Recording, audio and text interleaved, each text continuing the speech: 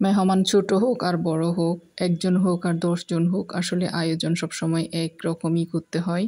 অনেক রকমের আইটেম না হলে ভালোও লাগে না। এই যে সকাল, সকাল আমি কিন্তু মেহমানের জন্য বেশ কিছু আয়োজন করেছি। ঘুম থেকে উঠে ১ম এ একটু নাস্তা করে তারপর হচ্ছে সোজা কিচেন রুমে চলে গিয়েছি। এই যে রূপচাঁদা মাছ ভিজিয়েছি, অনেকগুলো রূপচাঁদা মাছ আছে। এখানে ২ একসাথে করে রাখা হয়েছিল আসলে। এখান থেকে কিছুটা পরিমাণে রূপচাঁদা মাছ নিয়ে নিব ১ম এ। পানি ঠান্ডা চলে যাওয়ার পর তারপর হচ্ছে এই যে পেঁয়াজ, রসুন সব কিছু কেটে নেওয়া হয়েছে। এদিকে পোলাওয়ের চাল নিয়েছি। যেহেতু মেয়ের বান্ধবী আসবে, ছোট মানুষ, ওরা আসলে এই সমস্ত খাবারগুলাই পছন্দ করে।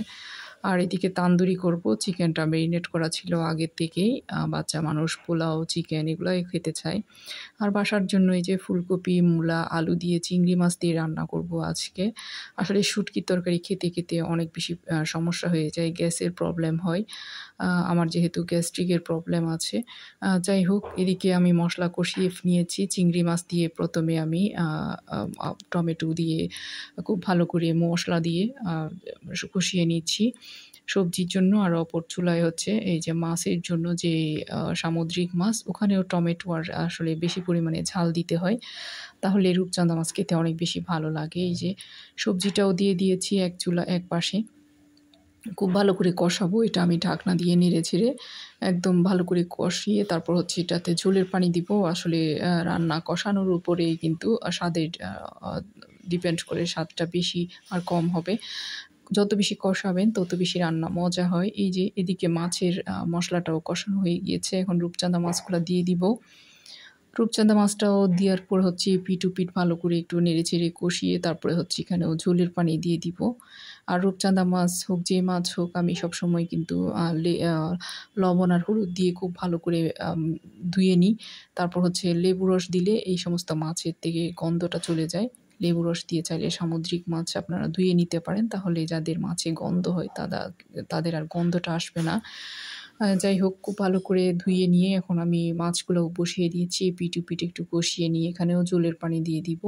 আর এদিকে আমার সবজিটাও কিন্তু প্রায় কষানো হয়ে গিয়েছে। এটাও আমি এখানে নেড়েচেড়ে এখন জলের পানিটা দিয়ে দিচ্ছি। দেখেন একদম কষানোর পর অনেকাংশে কমে গিয়েছে। যত কষাবেন তত বেশি তরকারির মজা হবে। খেতে খুব বেশি ভালো হবে। যাই হোক, এখন চলে যাব আমি পোলাও আর হচ্ছে আ আ তান্দুরি চিকেন করার জন্য। আমি তান্দুরি চিকেন সবসময় সরিষার তেল দিয়েই করি। আসলে তান্দুরি তো সরিষার তেল দিয়েই করতে হয়। যাই হোক, যেহেতু মেরিনেট করাই ছিল, তাই এখানে ২ টা চিকেন ১ম এ দিয়ে দিব। আমি প্যানটা একটু ছোট নিয়ে ফেলেছি। পরে আমি এটা চেঞ্জ করে দিব। এত ছোট প্যানে আসলে এই রান্নাটা ভালোভাবে হবে না। অপর চুলায় হচ্ছে আমি দিয়ে দিব পোলাও। পোলাওটাও আমি আজকে বাটা মসলা দিয়ে করে নিব। আ যাই হোক, প্রতিদিন তো আর এত ঝামেলা করা যায় না। গ্যাস থাকে না, চুলায় অনেক সমস্যা হয়ে যায় আসলে। আ এই যে বাদাম বাটা দিয়ে পোলাও রান্না করলে সবথেকে বেশি মজার হয়। আমার কাছে সবথেকে বেশি ভালো লাগে। সব রকমের বাটা মসলা দিয়ে খুব ভালো করে কষিয়ে নিচ্ছি। সবগুলা মসলা খুব ভালো করে কষিয়ে নিচ্ছি।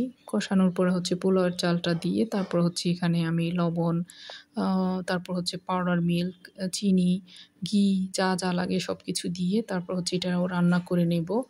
আর এই যে দেখেন প্রায় হয়ে গিয়েছে আমার রান্না। এদিকে তান্দুরিটাও হয়ে যাচ্ছে। আরও অপর দিকে হচ্ছে আমার যেই এই যে হয়ে গিয়েছে। আমার ২ বার আমার ভিডিওটা চলে এসেছে। এই যে রান্না, রূপচাঁদা মাছ আর এদিকে হচ্ছে এই যে সবজি তরকারি সেটাও হয়ে গিয়েছে।